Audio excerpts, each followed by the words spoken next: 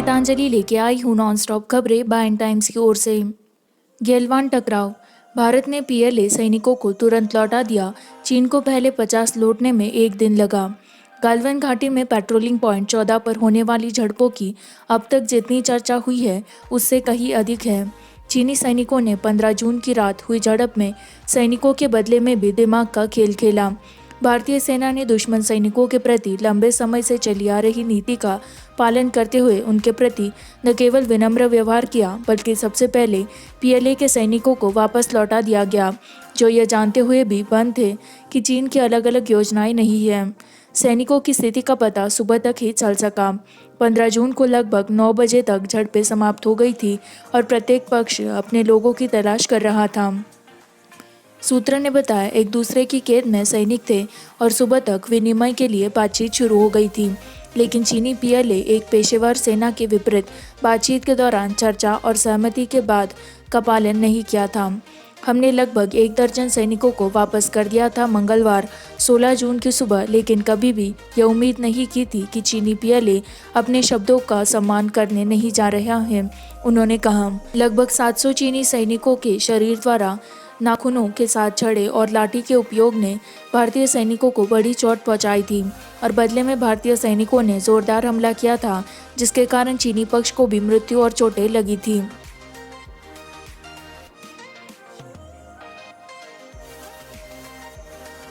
पाकिस्तानी सेना ने जम्मू कश्मीर के मैकचिल सेक्टर में नियंत्रण रेखा पर संघर्ष विराम का उल्लंघन किया। पाकिस्तानी सेना के जवानों ने गुरुवार को जम्मू कश्मीर के मैकचिल सेक्टर में नियंत्रण रेखा के पास संघर्ष विराम का उल्लंघन करते हुए भारतीय की चौकियों की ओर मोर्टार के गोले दागे। सेना के अधिकारियों ने यह कहा। उन्होंने कहा कि भारतीय सेना ने संघर्ष विराम उल्लंघन का करारा जवाब दिया। घटना में बताया गया 25 जून 2020 को पाकिस्तान ने मोर्टार फायरिंग करके एलओसी के साथ साथ मोर्टार दागे बिना युद्ध विराम उल्लंघन सीएफई शुरू किया। अधिकारियों ने कहा, नियंत्रण रेखा के साथ संघर्ष विराम उल्लंघन में तेज वृद्धि हुई है पिछले 2 हफ्तों में। सुरक्षा अधिकारियों ने कहा कि पाकिस्तान घाटी में आतंकवादियों की घुसपैठ को रोकने के लिए संघर्ष विराम उल्लंघन का सहारा ले रहा है।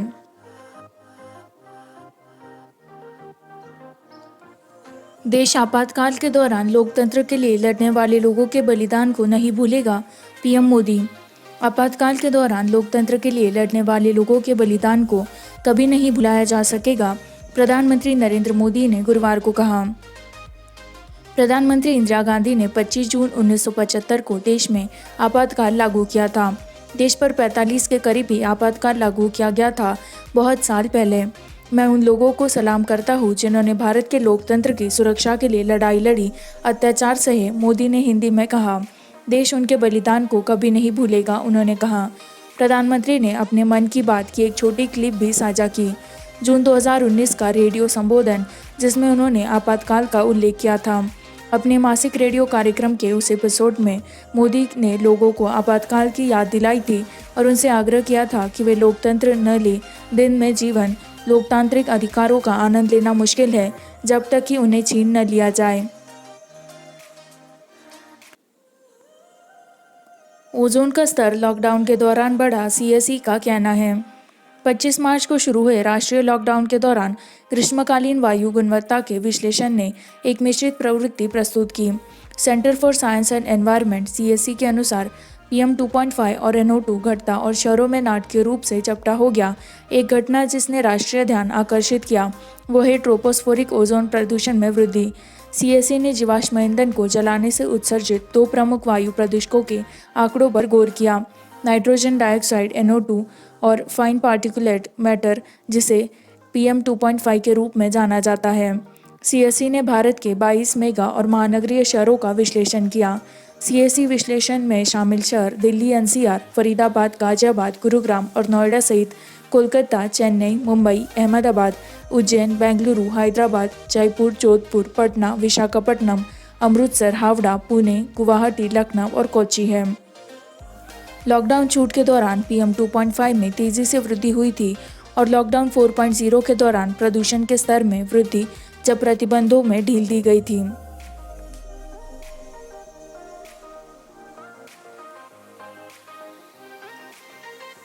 संकट के बीच भी लोगों की जेबें भरने में रुचि रखने वाली भाजपा सरकार, प्रियंका गांधी। कांग्रेस नेता प्रियंका गांधी वाड्रा ने गुरुवार को बार बार ईंधन की कीमतों में बढ़ोतरी को लेकर भाजपा नीति राजक सरकार पर हमला करते हुए कहा कि यह स्पष्ट हो गया कि केंद्र केवल संकट के समय में भी लोगों की जेबें भरने में दिलचस्पी रखता है। डीजल की कीमत के बाद उसका हमला हुआ। राष्ट्रीय राजधानी में गुरुवार को पहली बार 80 रुपये प्रति लीटर के आंकड़ों को पार किया, क्योंकि तेल कंपनियों ने 19वें दिन के लिए कीमतें बढ़ाई। संचयी दर को 10.63 रुपये पर ले गया। एक दिन के अंतराल के बाद पेट्रोल की कीमत 16 से बढ़ा दी गई थी। पैसे और 3 हफ्तों से भी कम समय में वृद्धि अब 8.66 रुपये प्रति लीटर हो जाती है। आज लगातार 19वें दिन पेट्रोल और डीजल की कीमतों में वृद्धि करके भाजपा सरकार ने स्पष्ट कर दिया है कि वह जनता की जेब भरने में अधिक दिलचस्पी रखती है। इस तरह के संकट के समय में भी प्रियंका गांधी ने कहा, कांग्रेस ने उत्तर प्रदेश में बड़े पैमाने पर विरोध प्रदर्शन किया है। लोग इस लूट को बर्दाश्त करने के लिए तैयार नहीं हैं। कांग्रेस महासचिव प्रभारी पूर्वी उत्तर प्रदेश आदेश ने ट्वीट किया। दिल्ली में पेट्रोल की कीमत 79.76 रुपये से 79.92 रुपये प्रति लीटर हो गई, जबकि राज्य तेल विपणन कंपनियों के मूल्य अधिसूचना के अनुसार डीजल की दरें बढ़ाकर 80.02 रुपये प्रति लीटर कर दी गई।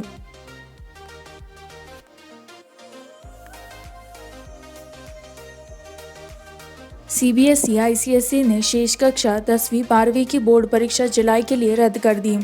केंद्र और सीबीएसई ने गुरुवार को सुप्रीम कोर्ट को सूचित किया कि उन्होंने कोविड-19 महामारी के कारण 1 से 15 जुलाई से होने वाली 10वीं और 12वीं की परीक्षाओं को रद्द करने का फैसला किया है और उन्हें बाद में आयोजित किया जाएगा। न्यायमूर्ति am solicitor general Tushar Mehta द्वारा अवगत कराया गया था कि पिछली परीक्षाओं में उनके प्रदर्शन के आधार पर 12वीं कक्षा के छात्रों के प्रदर्शन का आकलन करने के लिए एक योजना बनाई गई है।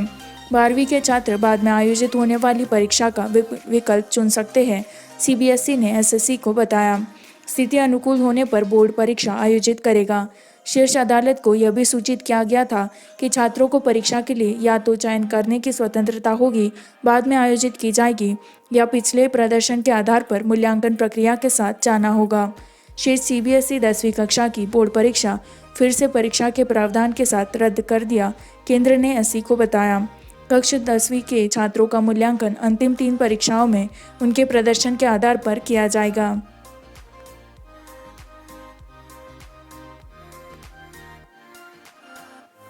स्पेस एजेंसी में इसरो प्रमुख सिवन का कहना है कि उद्योग अकादमियां भारत सरकार के प्रतिनिधियों के साथ बोर्ड होगा। 2 प्रमुख अंतरिक्ष सुधारों के बाद इसरो 9 जुलाई तक एक उद्योग संवर्धन बैठक की योजना बना रहा है, जिसमें सुधार कार्यों, निजी क्षेत्र की और रणनीतियों के बारे में चर्चा और व्याख्या करना है। यह स्पेस तंत्र और आवेदन आवश्यकताओं पर विवरण दर्ज करेगा। एनएसआईएल के अवसरों और भूमिका की घोषणा सभी हितधारकों के साथ की जाएगी। इसरो के अध्यक्ष के सिवन ने गुरुवार को एक वीडियो पत्र पर बताया। सिवन भारतीय राष्ट्रीय अंतरिक्ष संवर्धन और प्राधिकरण केंद्र INSPACE बनाने के सरकार के फैसले की सराहना कर रहे थे। अंतरिक्ष विभाग के तहत एक स्वायत्त नोडल एजेंसी, उन्होंने कहा कि इसमें उद्योग अकादमियां और भारत सरकार के प्रतिनिधियों के साथ एक बोर्ड होगा। इसके अलावा उन्होंने कहा कि निजी उद्योग की गतिविधियों को अनुमति देने और विनियमित करने के लिए इनस्पेस को एक अलग उद्योग के रूप में स्थापित किया जा रहा है। स्पेस सेक्टर इनस्पेस के पास तकनीकी, कानूनी, सुरक्षा और सुरक्षा निगरानी के साथ साथ निजी उद्योग की आवश्यकताओं का आकलन करने और गतिविधियों के समन्वय के लिए स्वतंत्र निदेशालय होंगे।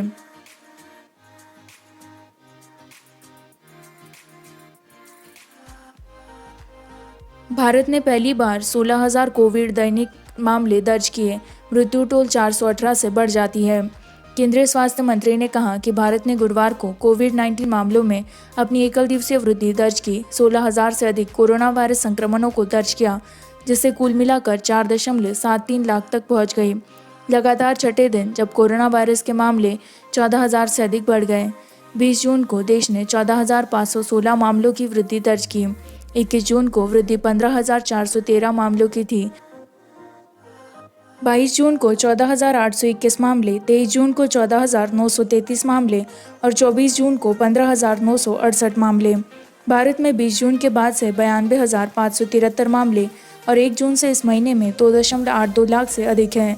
गुरुवार को सुबह 8 बजे अपडेट किए गए स्वास्थ्य मंत्रालय के आंकड़ों ने सबसे अधिक 16,222 मामलों में दैनिक वृद्धि को दिखाया, 4,73,105, जबकि 418 नई मृत्यु के साथ कुल मौत 14,894 हो गई।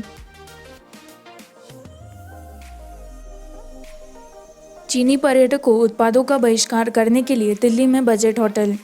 भारत और चीन के बीच तनाव बढ़ने के साथ राष्ट्रीय राजधानी में बजट होटल मालिकों ने गुरुवार को घोषणा की कि उन्होंने चीन के सभी पर्यटकों का बहिष्कार करने का फैसला किया है। Delhi hotel and restaurant owners association DHROA ने कहा कि वे गैलवान घाटी में चीनी सैनिकों के साथ संघर्ष में 20 भारतीय सैनिकों की हत्या के खिलाफ अपनी नाराजगी और गुस्से का प्रदर्शन करने के लिए ऐसा कर रहे थे। दिल्ली में लगभग 3,000 कमरों के साथ 3,000 बजट होटल और गेस्ट हाउस है। एसोसिएशन के महासचिव महेंद्र गुप्ता ने कहा, हमने अपने होटल या गेस्ट हाउस जैसे फर्नीचर, रसोई का सामान, कटलरी और सजावटी में किसी भी चीनी उत्पाद का उपयोग नहीं करने का भी संकल्प लिया है। डिज्नी प्लस हॉटस्टार पर डिजिटल रूप से रिलीज होने के लिए सुशांत सिंह राजपूत की आखिरी फिल्म दिल बेचारा है। उन्होंने स्वर्गीय सुशांत सिंह राजपूत की अंतिम फिल्म दिल बेचारा का प्रीमियर 24 जुलाई को OTT platform Disney plus Hotstar पर किया। सुशांत निर्देशक के रूप में मेरी पहली फिल्म के हीरो ही नहीं थे, बल्कि वे मेरे प्रिय मित्र थे जो मेरे साथ खड़े थे, मोटे और पतले। हम फिल्म के निर्देशक मुकेश छाबड़ा के कायपोचे से दिल बेचारा के करीब थे। दिल बेचारा 2014 की Hollywood romantic drama the fault in our stars का आधिकारिक रीमेक है। जॉन ग्रीन के इसी नाम की लोकप्रिय उपन्यास पर आधारित है।